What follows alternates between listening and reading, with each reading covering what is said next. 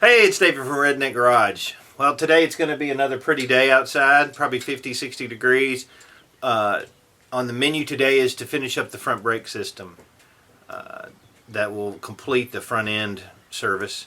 We're also going to take a forward look at some of the other stuff that we're going to be doing here in the near future besides the body work. Body work's coming up. As soon as it warms up, man, we're hitting it hard.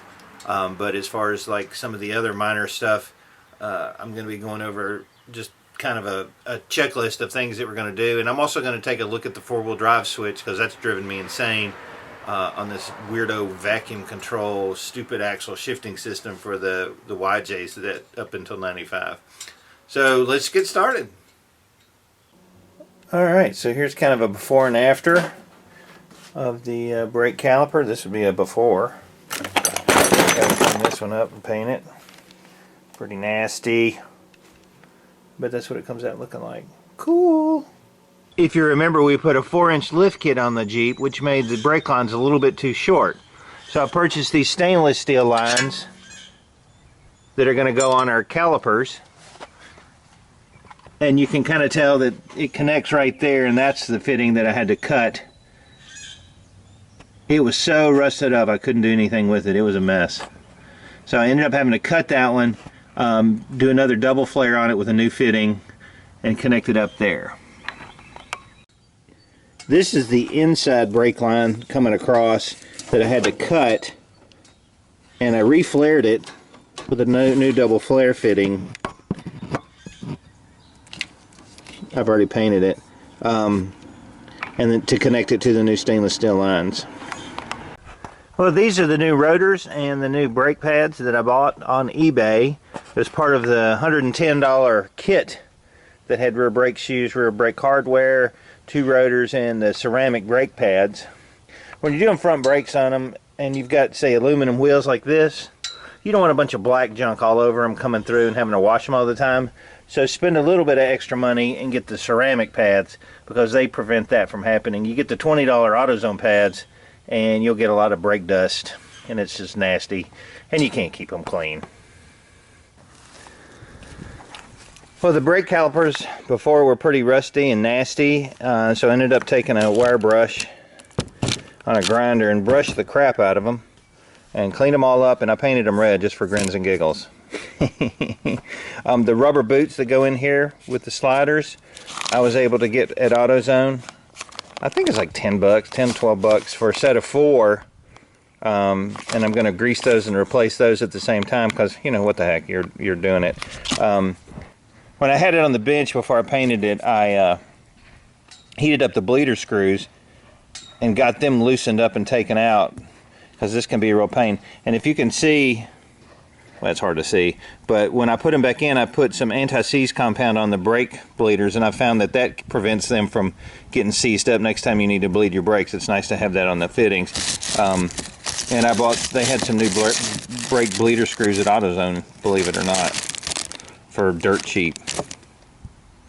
But that's one of the old ones. Okay, so we've got a rotor on, and it's cleaned up on the outside surface, nice and clean. With the kit, it came with the new brass washers. It takes 2 washers on these, one on the front, one on the back.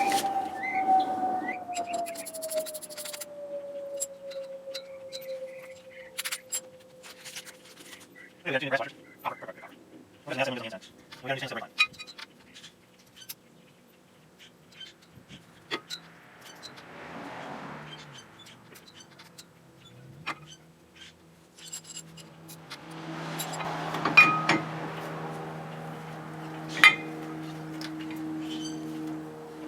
Okay, you'll need a C-clamp and compress the piston in your caliper to give it room to put the new pads on.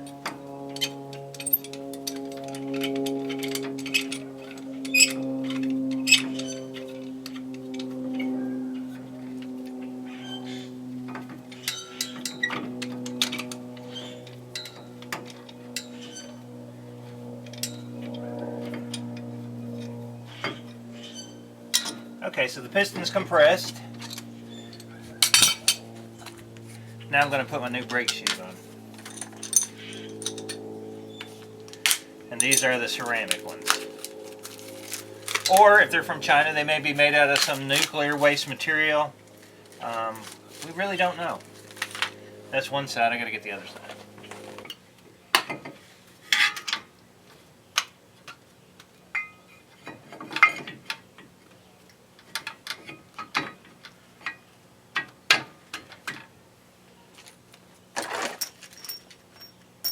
Now we put our bolts back in the back.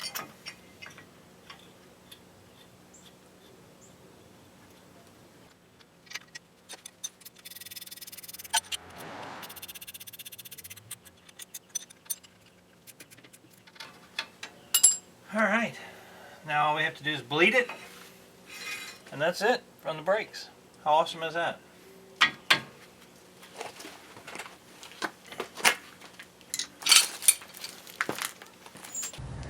So there's the completed brakes. Looks good, new slotted rotors, stainless steel brake lines. So now we got to bleed the brake system. Okay, the first thing you got to do when you're bleeding the brakes is make sure that your fluid is completely full. And if you've had your calipers off, it is not full. You lost some. All that junk on your driveway or in your garage floor, that's brake fluid from taking them apart. So I got it filled back up for now. And we'll go to the next step. Okay, I'm ready to bleed the brakes on the front. And I'm using my Mighty Vac. That's one of the things that I really like about it. You can see that it's pumped up to about 15 inches of vacuum. And I got my bleeder screw ready to go. You'll be able to see once I crack this bleeder screw that we're pulling brake fluid out.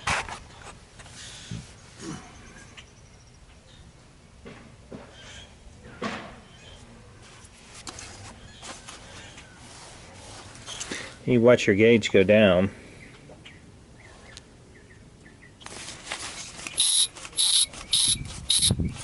There's reservoirs to keep it from running brake fluid back into your vac itself. So we're just going to let it sit there, kind of pump. You can see there's a lot of air coming out.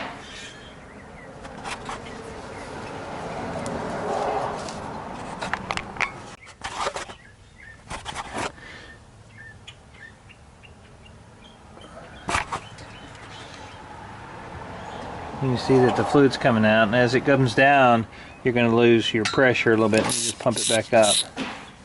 We're trying to get all the air out. Okay, so we're continuing to bleed. I pumped up the brakes with the pedal just to make sure that it had pressure all the way up to the caliper. Should have done that to start with. I'm going to crack a little bit. And you should see fluid start to come down. There's some air in there, so it'll be pulling that out also.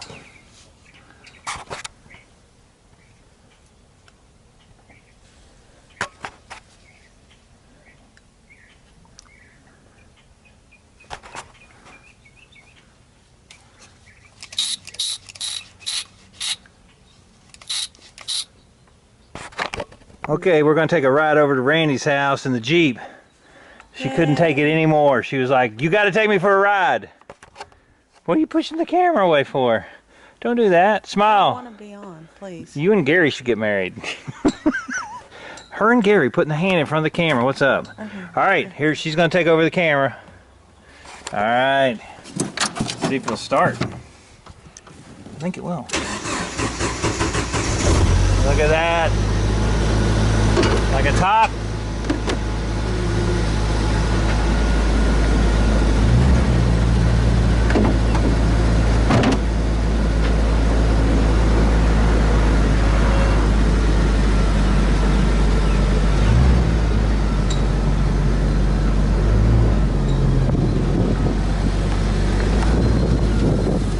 No wind chill. Nope.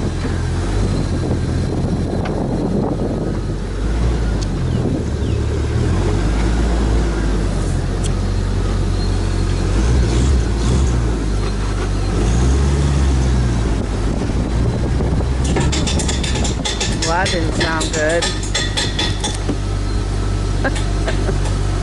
What was that? Let me stop. Yeah. Let's take that back to the house. Had a bungee cord strap come off.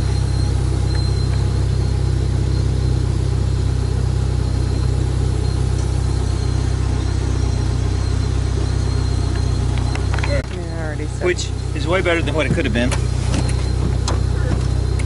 Here we go again.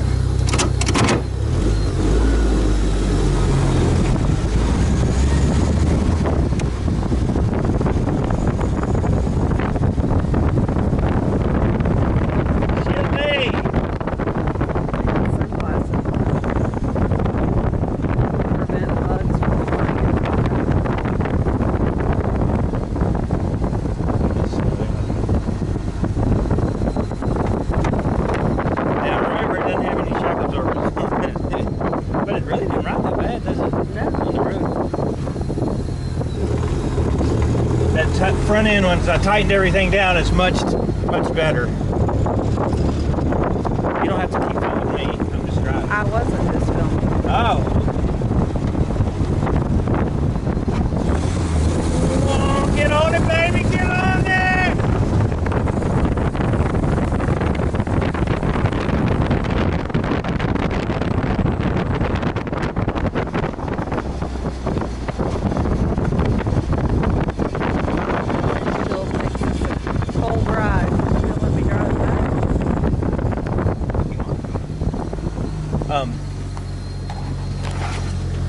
We're going to do some videotaping this week coming up. They're tearing this house down. It caught on fire. Yeah. There's Randy. Hey. We're up at his redneck portion of the woods instead of our redneck portion of the woods. He's restoring this, or he's at least attempting to. Yeah. See all the confidence he has in me? Yeah. Him and Gary. Tool? No, thanks. All right.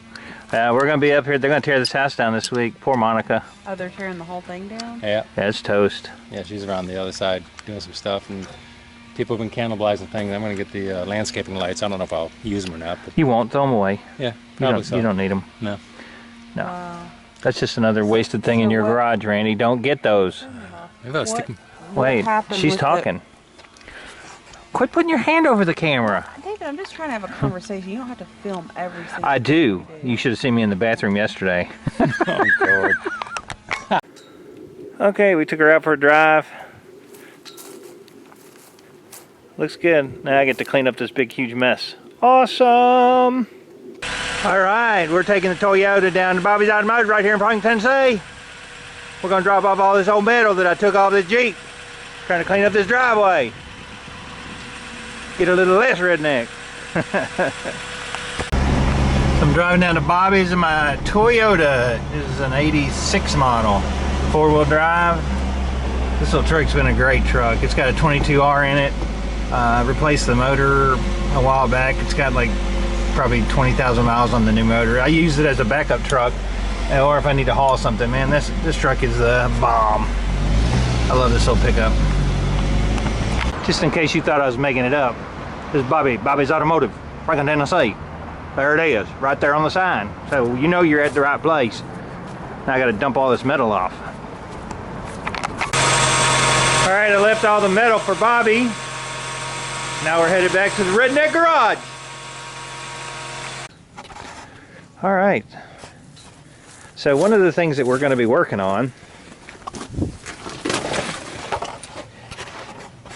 is the body suspension mounts. You can see that they're rotting out, and that's pretty common with these Jeeps where the mounts rot out. The problem is you can see on this one where I tried to take the bolt out, it just ripped out of there. So I've got my new bushings. I already have the new bushings, but the problem is getting those bolts out. So we're going to be doing a video about replacement of those. I'm not going to be doing a body lift, but this is basically the same thing as doing a 1-inch body lift as we replace these. And some tricks and tips on how to get those rusted bolts out, even if they're snapped out, even if they're snapped off like this one is. So that's going to be one of the things we're going to be doing. Okay, so I spent the rest of the afternoon just finishing up, cleaning up the driveway. It's nice and clean, doesn't look so redneckish. As the sun sets on the Jeep today, it was a pretty successful weekend. We got the brakes put on, we got the front end finished, and we're set up ready now to start doing body work on it. Got to go on a joyride with my wife, who is really fired up to drive it. So, and said she will help me sand it. We'll see if that happens. The other thing that we've got coming up is the bushings for the body mounts. I need to get those fixed. This is what a bolt looks like when you take it out. It's a broken body lift bolt. They just snap right off. So we're going to be cleaning that out so we can mount our step bars once the painting's done. That's about all I got this weekend. Keep turning some wrenches.